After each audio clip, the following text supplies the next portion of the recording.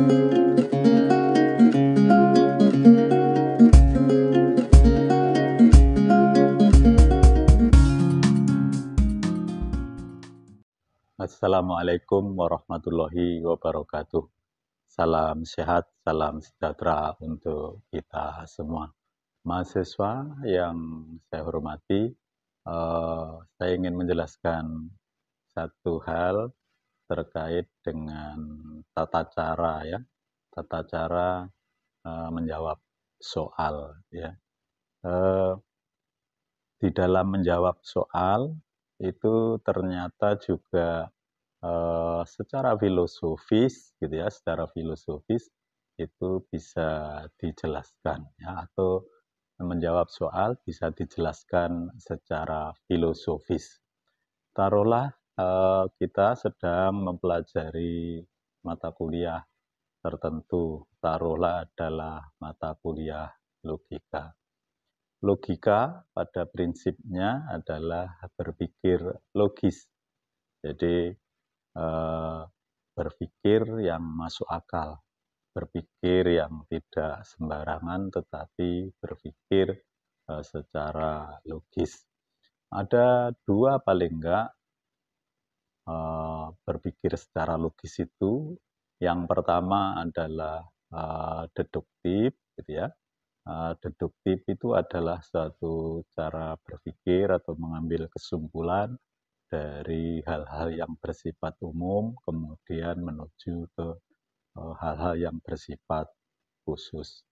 Sedangkan yang induktif itu sebaliknya, bahwa cara berpikir logis dimulai dari hal-hal yang bersifat khusus, kemudian menuju ke hal yang sifatnya umum.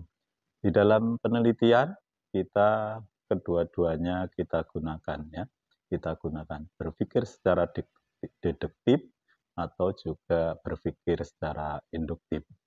Saya ingin menjelaskan salah satu hal terkait dengan menjawab soal logika.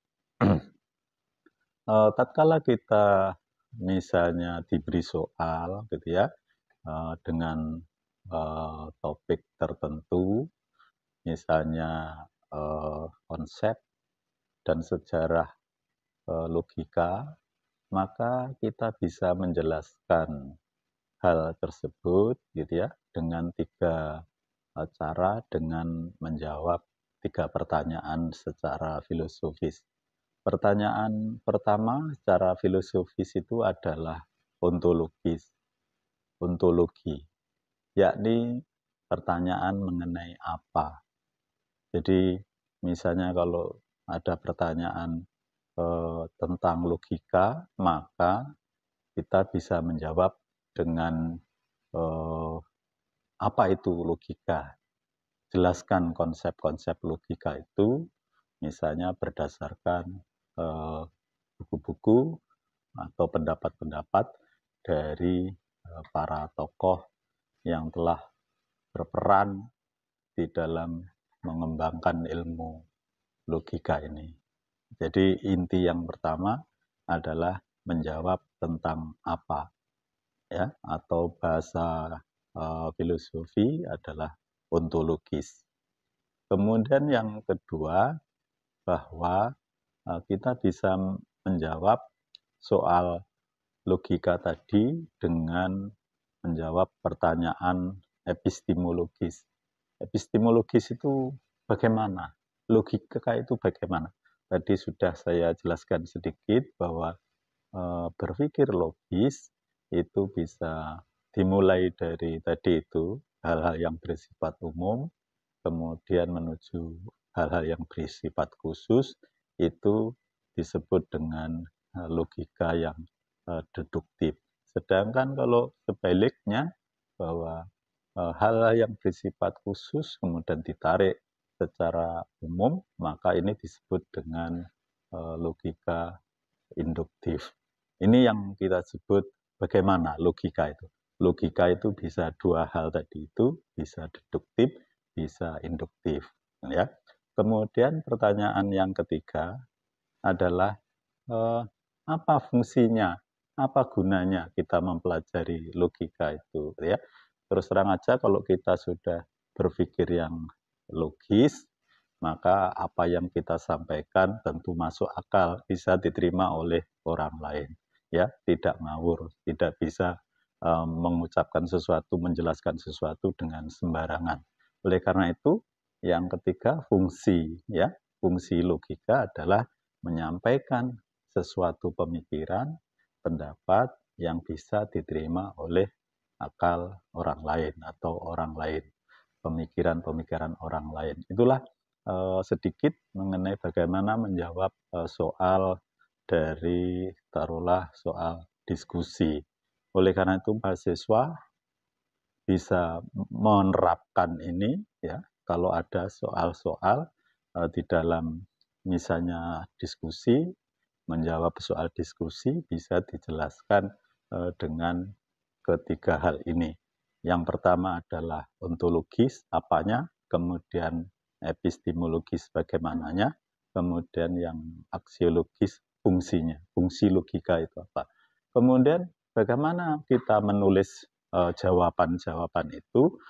Di dalam jawaban itu misalnya ada satu yang kita sebut alinea. Alinea itu satu pokok pikiran yang pertama dimulai dengan pokok kalimat, ya.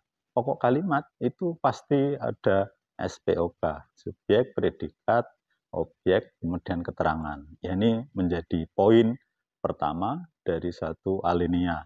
Ya, terkadang mahasiswa tidak tahu ini SPOK seperti apa atau pokok kalimat seperti apa. Oleh karena itu mahasiswa saya mohon untuk bisa menjawab, ya, menjelaskan itu dengan misalnya SPOK tadi itu, membuat kalimat SPOK. Di dalam satu alinea pasti ada pokok kalimatnya, kemudian didukung penjelasan-penjelasan dari pokok kalimat itu, juga SPOK, kemudian yang terakhir itu ada kesimpulan. Oleh karena itu kalau seperti itu, maka jawaban di dalam soal yang diberikan itu akan logis. Ya, saya melihat saya sudah mengajar menjadi tutor, gitu ya, di UT itu mulai 2014 sampai sekarang.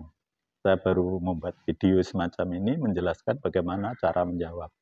Selama ini saya lihat jawaban-jawaban saudara mahasiswa di UT yang jumlahnya sangat banyak itu hanya serampangan.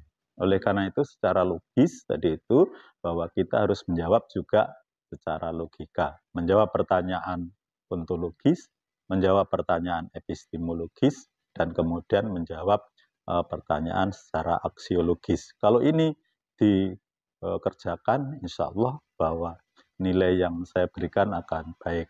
Namun terkadang kadang-kadang mahasiswa itu antara soal dengan jawaban lebih banyak soal. Ini kan susah, ya, susah. Oleh karena itu mohon kiranya belajar, ya, lebih banyak lagi, khususnya mahasiswa yang menjawab soal-soal seperti tadi itu untuk bisa menjelaskan secara logis, menjawab persoalan filosofis apa, bagaimana, fungsinya apa, atau untuk apa, sehingga kita bisa melihat runtutan jawaban itu dengan baik. Kalau itu dikerjakan, insya Allah kami atau saya sebagai tutor akan memberikan penilaian jauh lebih baik daripada menjawab sekenanya atau sekedarnya.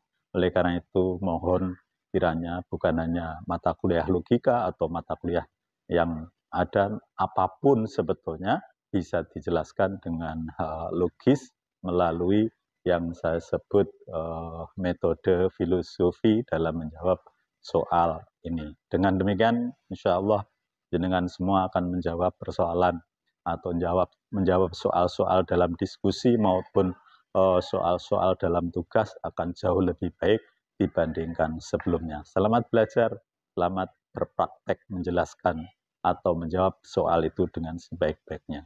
Terima kasih, sampai ketemu di lain video. Assalamualaikum warahmatullahi wabarakatuh.